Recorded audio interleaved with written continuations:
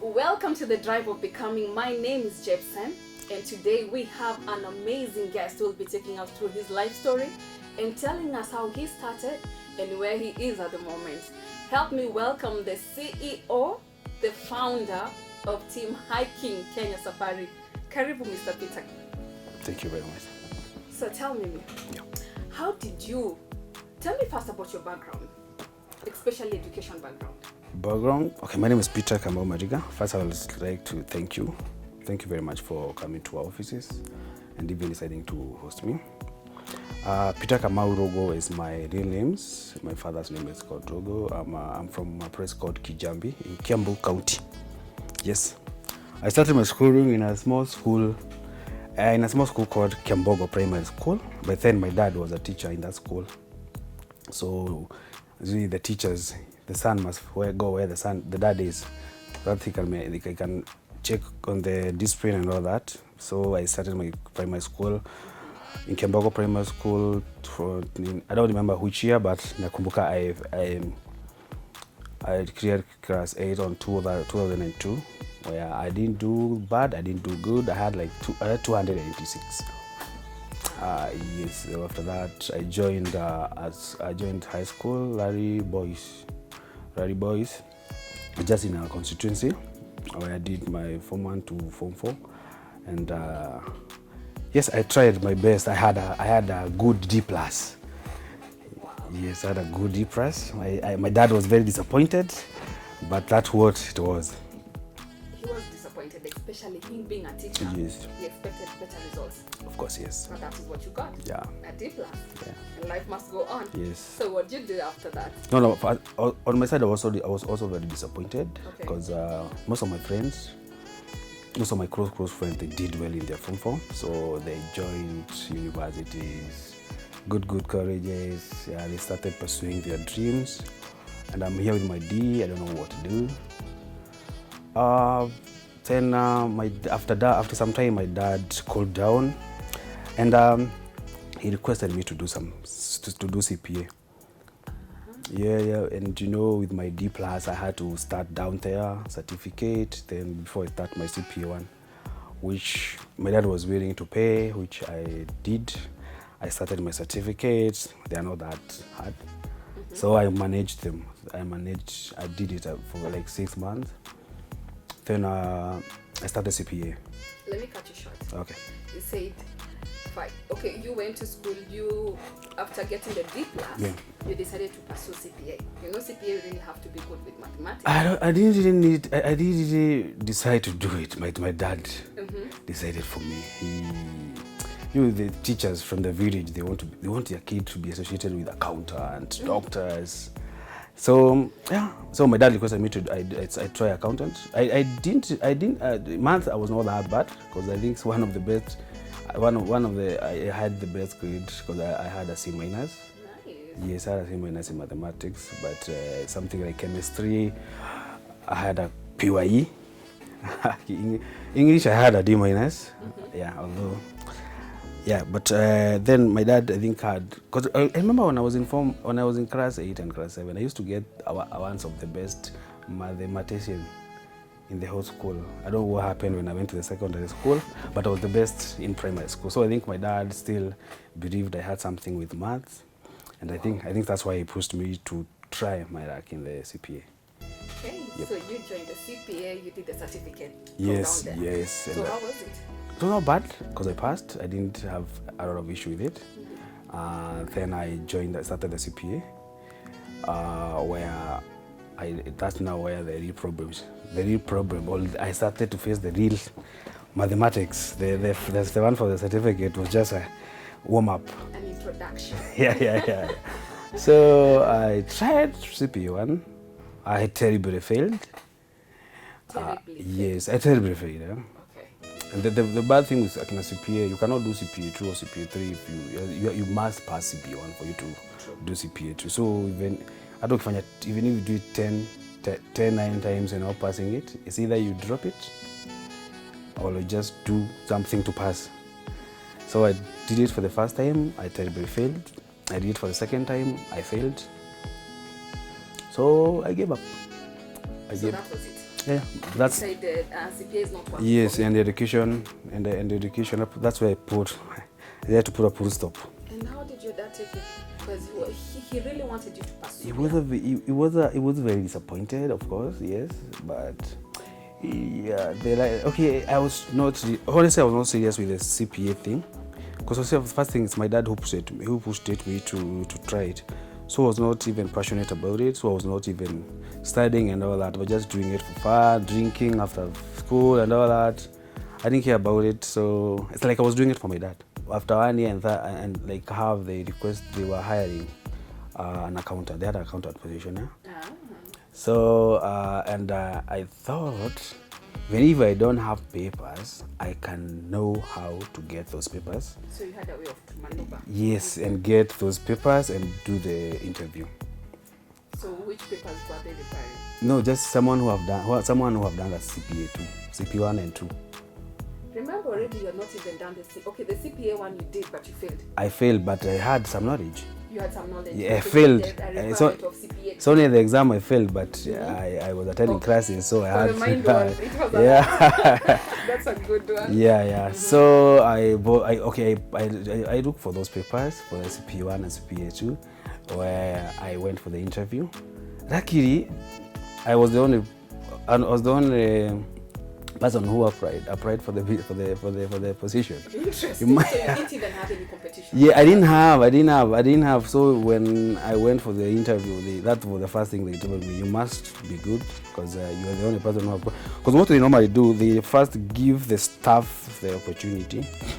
If like I didn't turn up. They didn't have anyone who turned up from the Nakumat. They could have now outsourced from outside, but they normally give the staff the first priority. So I did it. I went. I had my papers. When they were requesting for someone who have done for CP1 and 2, I had till 4. I tell you, buying papers. Yes, I had CP1, 2, 3, and 4. Not legit. Not legit. No, that's a fact. Not legit. I failed my exams. I failed my first PA. So there's no way they could be legit. So I got the business. I got the opportunity. I got the job. So you applied, you got the job directly? Yes, after the interview, I was the only. Then I think I was outstanding when my presentation on the interview. Wow. So then I had a very good relationship with the management, and most of those management, they were the one who were doing the interview. So it was not. Some of them wanted me to be the same, yeah. Because even them, the management, they want to work with someone they know. Familiar. Yes, yeah. So I got the job. So my after 6 months, my salary went from 26,500 to now 42,700. Hey. Yes. See, ulipanda kupanda. Yes, that's 1 year. I remember I was having bash and birthday parties in my village every month. Oh, birthday parties. Yes. So it's kind of you're being born every month. Yes, I have money. I tell you, money can take you places that you've never been. And at the time, I was nicknamed Kamau Pesa in my village. And if you come to my village today, you ask for Kamau Pesa, they'll just bring you to me. Wow. Yeah. So let me ask you. So during that break time, yeah, like those 4 days off, you started discovering like you can start traveling. You have fun with friends, now that the pocket is very huge. Not really. Not really. What happened after I got that visa, I was drinking a lot. Every week, Friday, Saturday, Sundays. Like I could even drink every day because napata pesa, like I'm getting 5,000, 6,000. Sometimes you can even get 10,000, which is not. Sometimes I could not. Hata singejua salary yangu ikiingia. Sikuwa najua. Yeah, sikuwa najua la salary ikiingia because I'm getting money every day. So you got addicted. Yes, I was drinking a lot. Yeah, drinking goes with the women. So I was still a womanizer and Party after party. yes, party after party. Then I realized I'm drinking a lot. And it was not good for my health because I could miss job even for 3 days. Wait, you're in a good job, well paid, looking forward to, but you'll still skip job. Yeah, sometimes I'll drink till 6 a.m. and I'm supposed to report at 8. I'm very drunk. So how did you go about that? So they didn't ask questions? I started having some conflict with my manager. And that's when even my parents, they realized I'm drinking a lot, even sometimes going home when I'm drunk. And that's when I started traveling.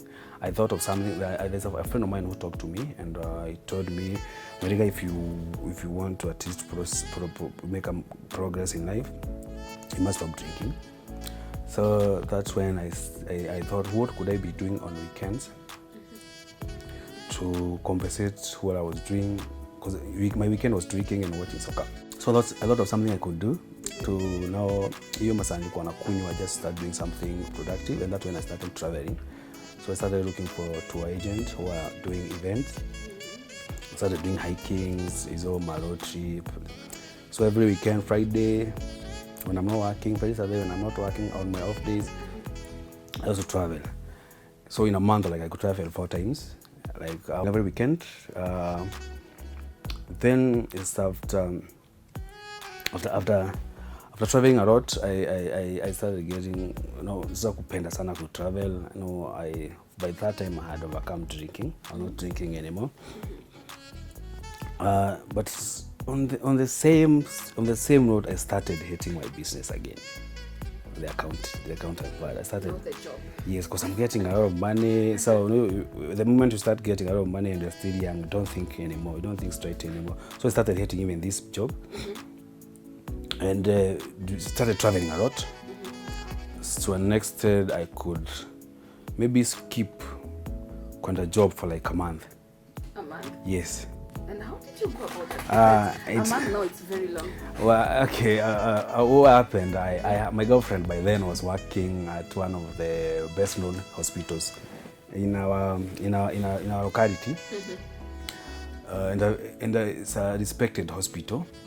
Then when I was still working at Nakoma, the time I had an accident, a very serious one, where I broke my heart, my nose had some crashes and something, and so I had a very serious problem of nose bleeding. Although there's a time in Fika, the medics, the hospital was going wakaitengeneza. By that time tulikuwa na Aga Khan, because the insurance, we had a very strong insurance cover from Nakumatt who were covering us. So the whole management know I had a problem with my nose bleeding. So there's a thing when I ningeenda tu job, there's a kitu ningefanya tu my mapua nianze ku nose bleed, and I will be told to go to the hospital. So that's, I'll take advantage of that. Niende hosi maybe nipewa week. Sasa na mimi nijipeleke Kijabi, which I will never go. Then nipate hiyo sick sheet ya 1 month, 2 months. There's a year in time I missed job 3 months and they were still paying me. Wow. Yes. Sick shit. Sick shit. So the girlfriend really helped you out there. Yeah, she was. I was roaded, so sick sheet moja ningelipata 10,000. I was able to skip job as much as I could, because I know first the management knew I had some issues with my nose bleeding and all that, and now I have someone who's giving me sick sheet when I want. Because I remember, like in 2013, out of the 12 months, I skipped 7 months. Wow. Yes, out of 12 months. So, but the management, if you come a place, they did want me to be in the working place, because when I started that nose bleeding thing, they were very worried I must die or something. So they didn't have issues with me until I went for 3 months. This now is 2015. I went for 3 months.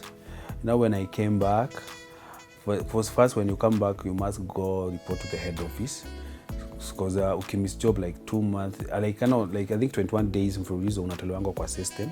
Kwa now system, the system we were checking in every day. So head office, they can know you guys, you have not been coming for. So if you skip for 21 days, they could easily, they just stop you from the system. Then when you come back, you're being enrolled again, like you're new staff.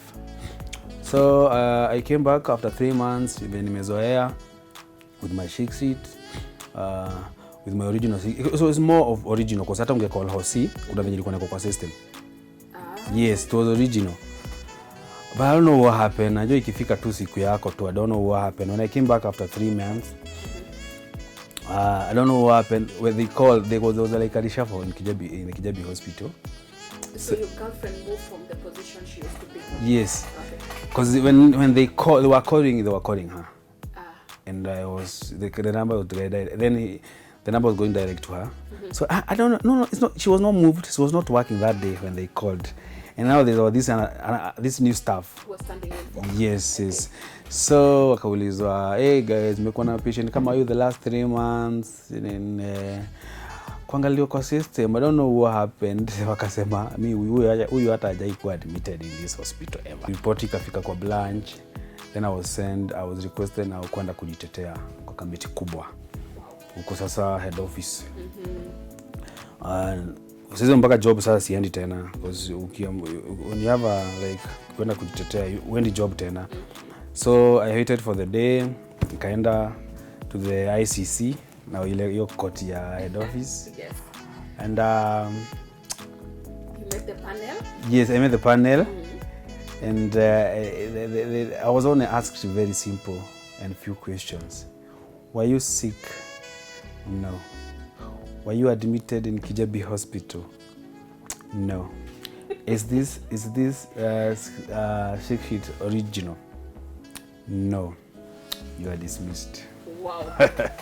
I didn't have reason to say to kujitetea niseme ati I was not admitted. I was never admitted. Yeah. I was told to go to the place ukimalizia unaambiwa uende for your official termination letter. Yeah. So I'm there. I've been terminated. Did life change for you?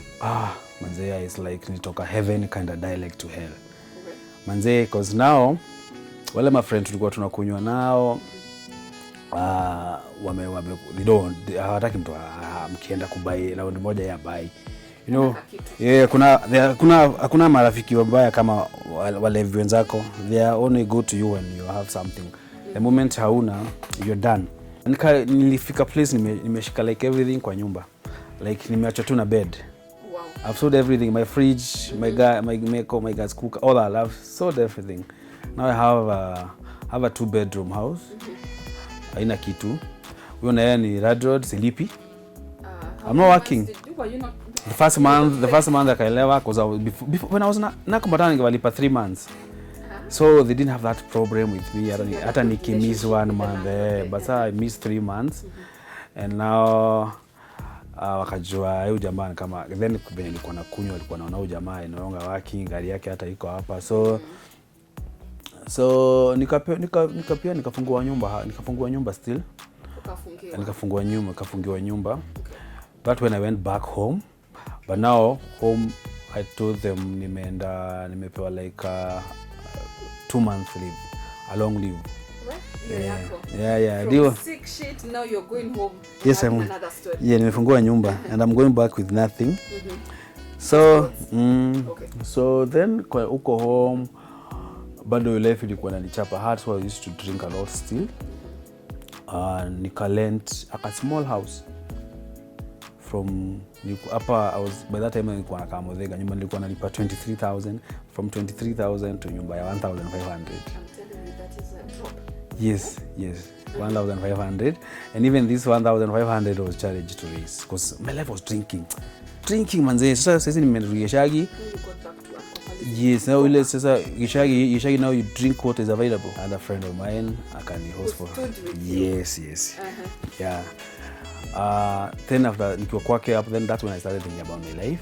Kaona yenyewe nilianguka. I never go back to Nakoma. I need to do something to my life. I need to start something. That's when I thought of I thought what was I very strong on by that time. Nilikuwa very strong na mambo ya social media because by that time ilikuwa now it's around 2017. Yes.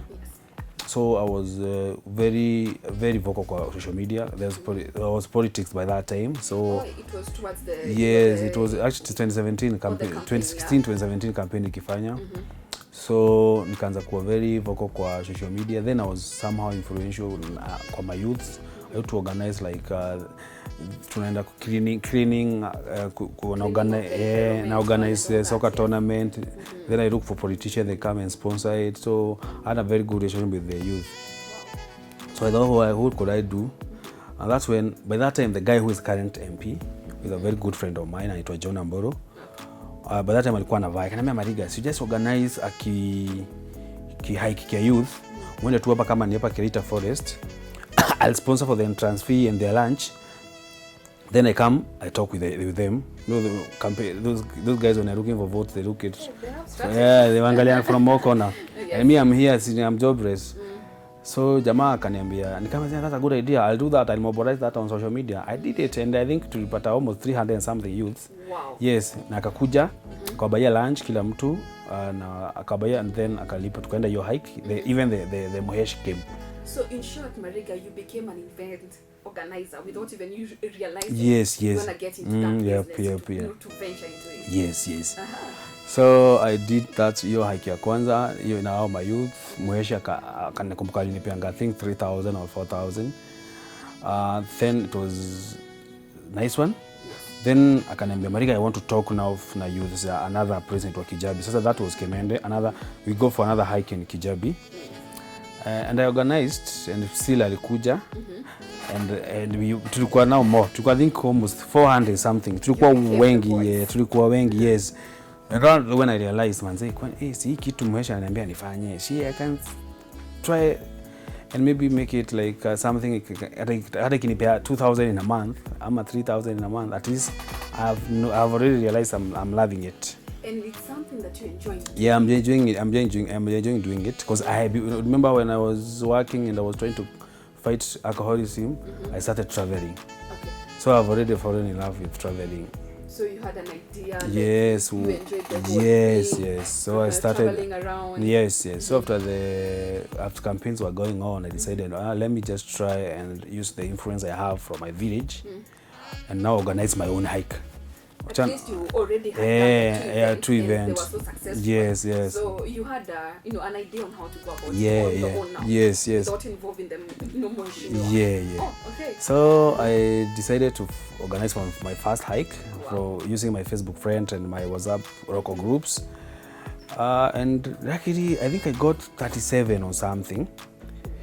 Although nilikuwa napisha tu pesa kidogo tu because entrance fee ilikuanga, the fact that we are from that place, we are not paying entrance fee. We tulikuwa tunajua mashimo. Tutapita bila kupita kwa gate ndio tusilipe. So I was asking them for the entrance fee at 200, which I know I will not pay. Oh, because you already had a plan. Now that was my profit, yeah. Okay. And it was then I think 100 was for lunch. So the whole hike was going for like 300. Did you realize that you had a dream then? Like you had something in you that you really wanted to pursue? Not really. After that, I did that hike. It was very successful. We had a nice time. Then when I said 200 times C.E.O watu wote nikapata kitu. Then nikaona this thing can work. I organized the second one still from my locality. Yes, I was not organizing transport and that. Niwe ujilete. Starting point with your own means. Oh yes. Then we start the second one I did in Kijabi, where we did our second hike with Mohesh, but now I'm doing it now with my friend. Then na zile picha za kwanza sasa zinauza. So before you got into it, already you had some few tour travels companies.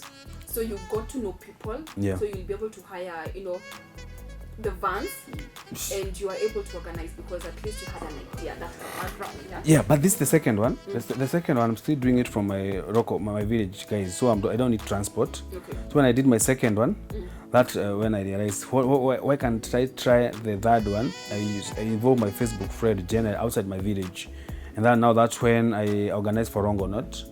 And the starting point was Nairobi. So I posted on my Facebook page. This now was open to everyone. So now this one I had to organize for the transport, for where they have their lunch in Kijabi in Longonot. So those guys who I used to travel with, I still had their contact. So I called them, wananisaidia, naambia Mariga, ukitaka basi chukua kwa huyu, you pay deposit first, ingine unalipa hizo. So I had that. So before the trip I could call them and wanipea for one on. Have you traveled to Longonot before the event itself? Yes, I had done with another tour company. So I was familiar with the Longonot. So I organized, I had 22 or 23 clients. That's a good number. Yeah. Now from outside my village, we met here. I remember that time we were meeting at Jivanji Garden. I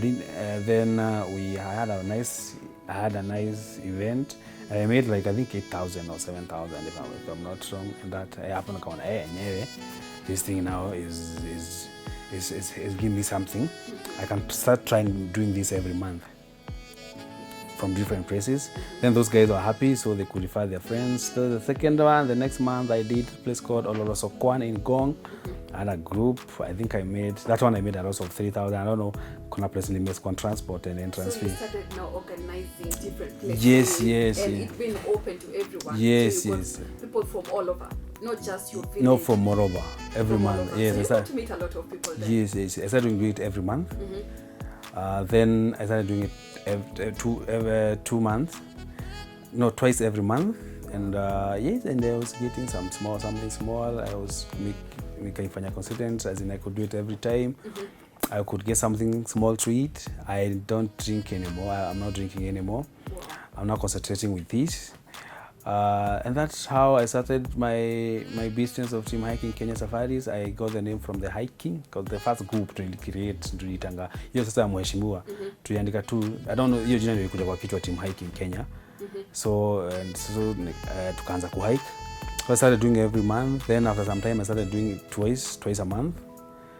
I started creating WhatsApp groups, ndio hao wenye tumeenda nao na hao wengine tumeenda nao na watu kwa group moja, ndio when I have an event wanaijua very easily. Nikakuwa persistent, nikaenda nikisoma, nasomeshwa tu na life na experience because I've never gone to the tour class.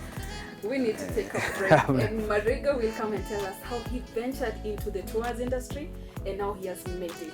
Now this was my turning point. That's the time I realized I think doing this was the best thing I ever started in my life. Now this 2018 around April, I thought of maybe I just try. By that time there were not very many tour companies. So there was a good friend of mine and I tour Kemodo, who one of those I used to travel with. I thought maybe let me try selling Tanzania. Let me take you back. Did you have a certain amount of money where you decided this is the money I want to venture the business to, where it will be able to run, or you just decided, how did you start financially? Because a lot of people, as much as they love doing what they do, most of the time they always say pesa, like we don't have money to start a business. We cannot be able to move from point A to point B because of finances and all that. So did you have a package where you decided, since I've been doing it for some time, had saved some money for this thing, because this is something that I'm enjoying doing? Perfect. Actually, I was going to that point. I was going to that point because by that time I was still doing it for fun. Nilikuwa napata tu pesa kidogo, 20,000 with all expenses, rental house and all that. 20,000 is kidogo sana by that time to save, So but I did my first. I thought of doing other tour operators. There's 2 operators who are doing Tanzania. We tunafanya 3 days Tanzania. You go to Arusha, Moshi, Arusha, then kwenda Kikuletwa, then mnatokea na Manga border and come back. So I thought of, let me try and sell. I had that fear. I've never done Tanzania package, so I had that fear. Maybe nikiuza, I'll not even get even one overland. Now the overland is very tricky because maybe if your target is 25 people, and maybe if you get 15 people, you unaweza enda hata loss ya 40 ama 50,000. Because it is outside Kenya. Yes, and now mwenye gari hajui kama uko na watu 3 ama 5. Ile ukihaya na mtu mmoja utalipishwa the same amount utahaya ukiwa full capacity. So my worry was if I don't kari kama itaja, I'll get a loss. So that was my worry. But nikasema to let me just do it. So you want to make sure it is fully Yes, fully booked. To my surprise, nilijaza overland 3. Wow. Moja ilikuwa inabeba watu 25. Nilijaza overland 3 and a van. Was a big number. Yes, that I was to my surprise, and like per head I was getting 3,000 profit. Yes, after removing all the expenses per head. I was so I had like 80 people, and I'm getting like 3,000, and I had a very successful Tanzania trip. We went vizuri. The good thing, before niende, there's another tour operator nilikuwa nimetravel na yeye like 2 weeks ndio niende yangu. Also you are familiar with. So I was familiar. So ninaenda book tu kama client. So naenda wakifika kwa border naona this is what they do kwa border. tukiingia Tanzania hapa ndio watu wanasimamanga mkisimamishwa na polisi, this how you talk nini. So ndio nikina client, kwa kuna kitu mbaya kama unaenda na client then waone kama like you don't hata wewe uelewi kama wao. Yes, you need to be you need to be pro. So that was my turning point, because that's when I realized like manze, thinking of this business of traveling and tour, that's why I made, I think, the best choice of my life. So I made some good money. I made some nice good money. Sasa zile pesa sasa nilikuwa nakumat, like I touched them for the first time after that successful trip. Then I started doing it like every month, and I was not going sikuwa yenda na less than 2 overland. There's a friend of mine told me that when you do something you love, money will always follow you. I totally agree. Yeah. So I this business I was not still kama ile account nilikuwa nafaswa na my dad. This one I was doing it for my heart.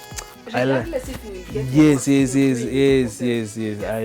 So the Tanzania trip was my turning point. That's when I realized manze hapana hii business manze now it can be a life. Yes. So I started doing Tanzania like every month. Once nilikuwa naenda na hizo magari mbili, so I could make even 50 to 75,000. Yes. So and that's when I thought maybe I can get of an office or something. But so there's this friend of mine we met, nikamwambia manze kuna client wangu kuna mafukano wanauza kama they can do Dubai package. So I want to sell exactly what you're selling on April. Everything, because I don't even a passport, I don't have anything. No, me your client tutaongea kama profit ni 12,000, utakula 6 ni kule 6, tukakuwa na deal. Yeah, tukakuwa na deal.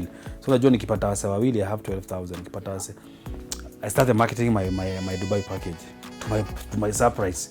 I didn't even have a passport yet. I didn't have a passport. I didn't have an office, but now those clients I used to hike with them and all that, they started booking.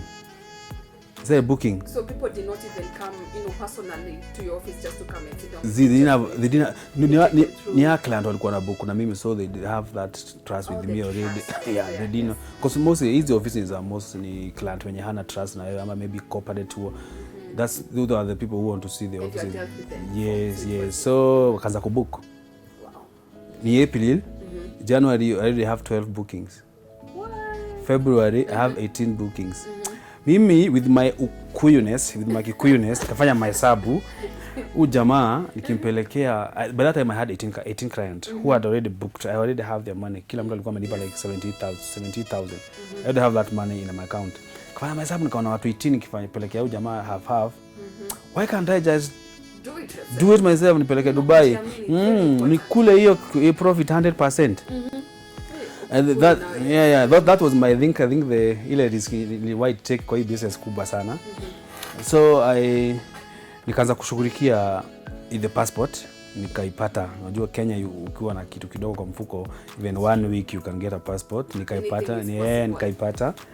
Then what I did nikaona I will not travel the same date with the clients, because I don't want to mimi yule mse napenda kufika client are confused and I'm also confused. I hate that.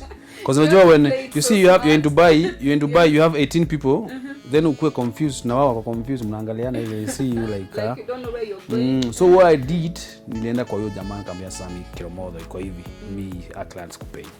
Client ni wengi sana. Mimi sasa nipay for one on how this thing happen. Hata mimi nifike Dubai.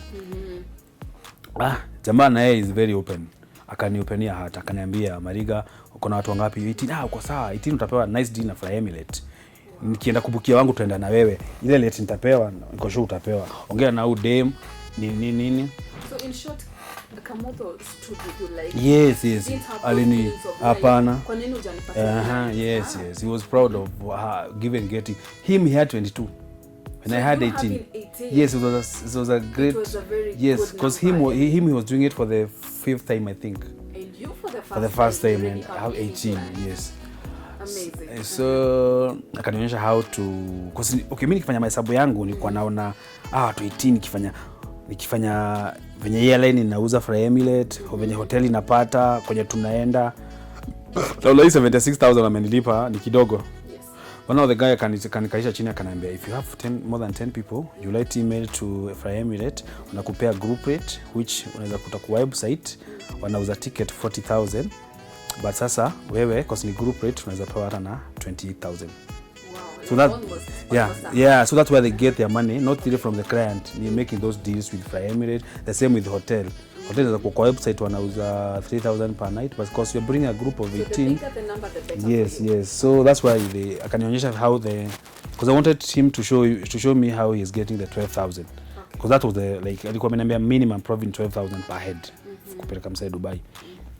And hizo heads up zote venye sasa niko na passport yangu.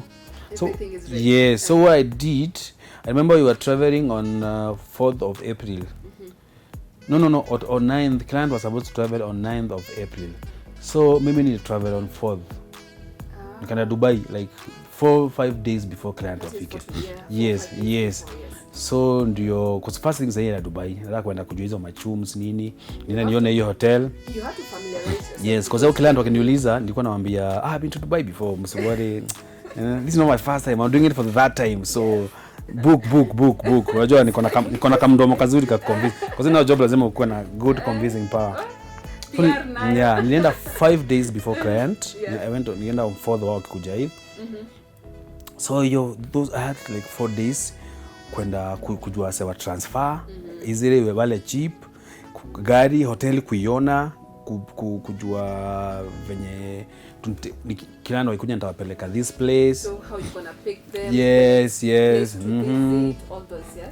Then hiyo kuzunguka Dubai ndio kila na ikuja niwapeleke kama mwenyeji. Hizo tu chums, unataka kujua tu kila kuna nataka kwenda kununua simu. Na pia bado to have fun pia. Just traveling to Dubai, you really have to have that, experience. Yes. So nikaenda for like 4 days. So by 20 day kila ndo ikuja 8th manzi niko najua mashimo zote. Niko najua everywhere as in like unajua ni kama hii Nairobi ukae 1 week utajua tushimo tule important, utajua Grogon, utajua kutaka simu utaenda tushimo tu gani. So I had all that information. So venye client walikuja mpaka saizi wananikuta niko airport blended team hiking Kenya, nimengoja client wangu wakifika tunawasalimia wote, nilikuwa nimebrand na hood za team hiking. Tukaenda kwa gari kwa hapo tu imeongoja, mnaingia direct kwa hotel, kuna kusimama. As in company is very organized. You really organized. Yes. Hizo kukaa 4-5 days nisaidia sana because nilikuwa na all the advantages disadvantages. Wakaenda kwa hoteli, check in hata ikutake 30 minutes, wakaenda wakalala, then I give them the program mpaka nimeprint. Yes, nimeprint na kupea kwa sasa uko network ni shida. So ndio ujue hii day mtaamka, hii day tunaenda hivi. I had a very successful Dubai trip. Wow, it's so good to very successful. And I also made some good money because kufanya like 12,000, which it was not even 12,000. Huyo jamaa alikuwa anikudia, it was 60,000 per head, not even 12. Yeah, alikuwa, yes, alikuwa pia amenicheza pia, but najua anaelewa as a business maana hata mimi ungekuja sasa kupea the whole thing because hujaienda.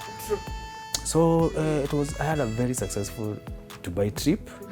And I think that was the main risk nilifanya kubwa sana I think in this business. I think hiyo kwenda before ilisaidia sana.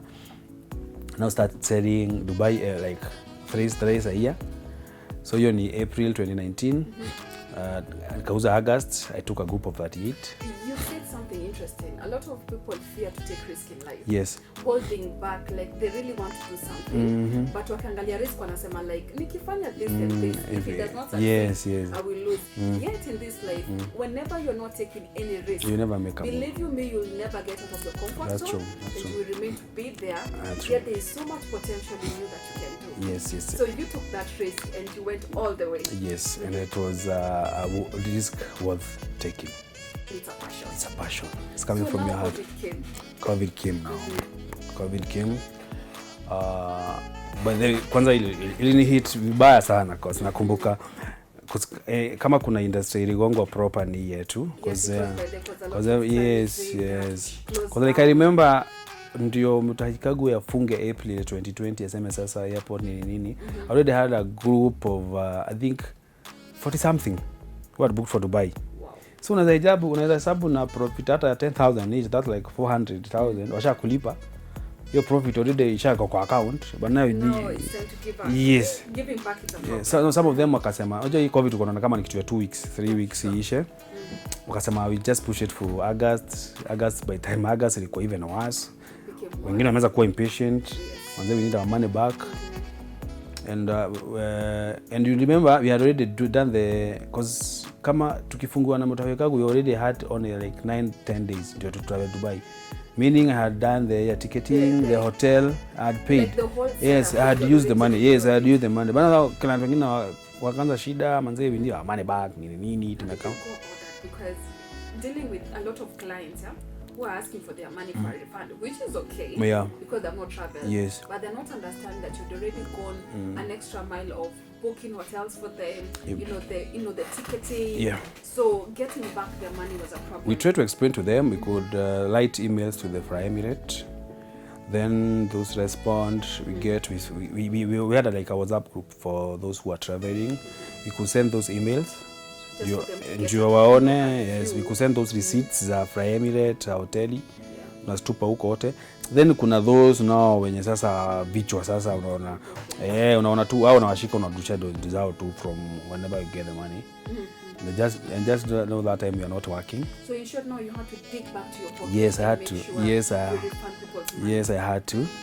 Because now the brand's name is very important. Yeah, I've really struggled, worked very hard to. Yeah, maintaining the name. Yeah, so ukiona mtu mwingine anza kuvunja. Unajua the moment some of those things are taken to social media. Not some people that they care about the impact of the social media. So unaona mtu anako na social media, just unamrudishia pesa yake ndio anyamaze. Mwingine maybe anakuthreaten nitakusua and all those. So we managed. So you were able to refund the money? Yes. To every client or something?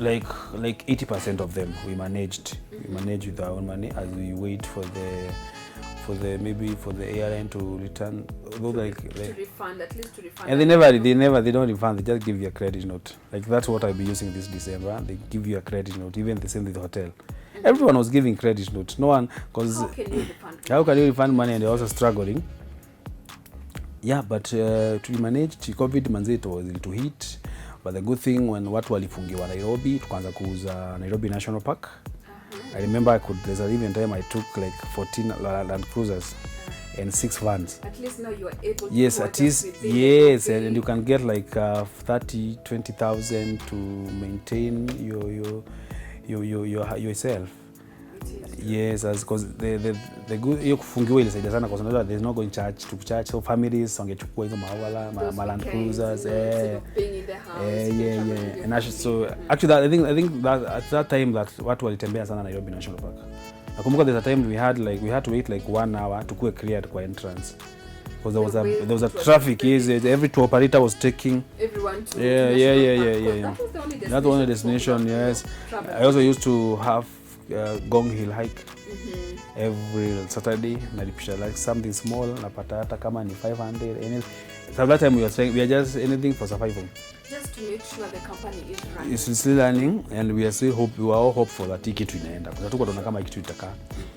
Yeah, the good thing hizo mali kufungiwa kwa border zikatolewa. Then we started doing activity. Yeah. How you used to do it. Yes, but now with the time limit of the curfew and all that. Yeah, very true. Yeah, but at least we could go because ile time ilikuwa tumefungua manze, ungeenda Masai Mara, ungeenda anywhere. So the business kaanza kurudi pole. We tukavumilia tu mpaka now when the president did what you are all waiting for. Yeah, kumaliza curfew. So I think now we can say we are back to normal. Bookings are coming. Yeah, bookings are coming. We are catching up. Yes. And we thank God to that because manze surviving that COVID was not a serious. It was not an easy thing. Your story by itself, it will touch someone there just to remind them wherever you are, you can do something. Yes. As much as you got that drive in you and you want to pursue something, nothing should stop you. Sure. Nothing should stop What a story. Nothing should stop What an amazing story from the CEO of Team Hiking Kenya Safari. They have 3 amazing events coming up and we have 3 tickets to give away. But before then, we have 3 questions for people to answer. The first trip will be in Mount Longonot and the second trip will be Lalanasi Lodge with overland track, and the third one will be Olkaria.